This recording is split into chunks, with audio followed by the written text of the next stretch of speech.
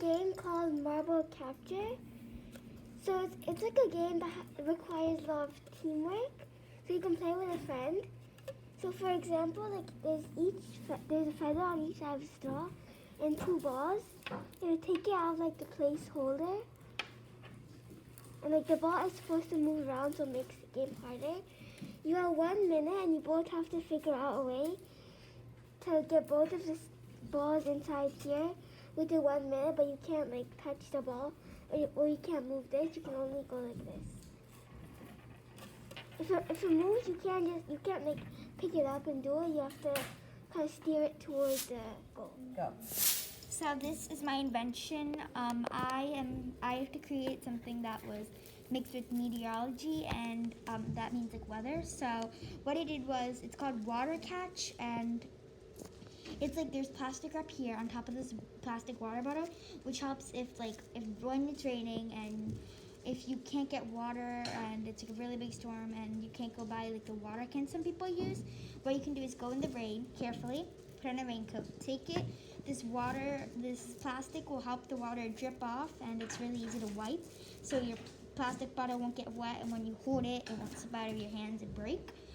Here I put a sponge because here the dirty water would go, and then into the bottle there would be clean water because there's plastic wrap and the green rough part from the sponge, which helps it get clean. And you can take this part off like this, and the plastic wrap, when you're ready to drink the water, and you can put on the cap, and you can refill it a lot.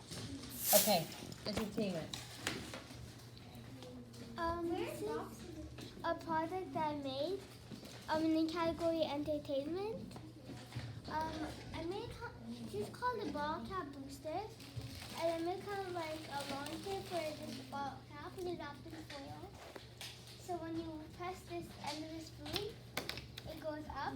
For the harder, it goes higher. And I made this base with like 2 ball caps connected. Mm-hmm.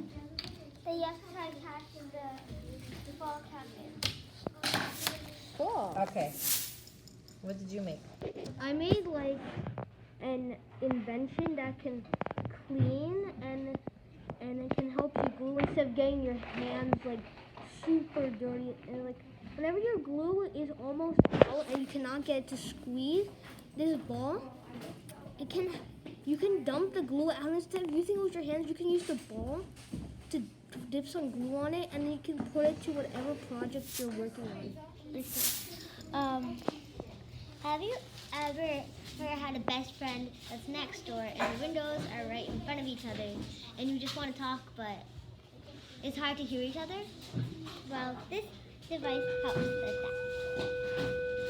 You pull closer to you, so you're using this string. And you put a note inside. And then you tug the string. Hang when you know your friend's in that room. Oops. And then your friend pulls the string towards them, and then they can read the note and then put a response. What's it called? It's called the sock letterbox.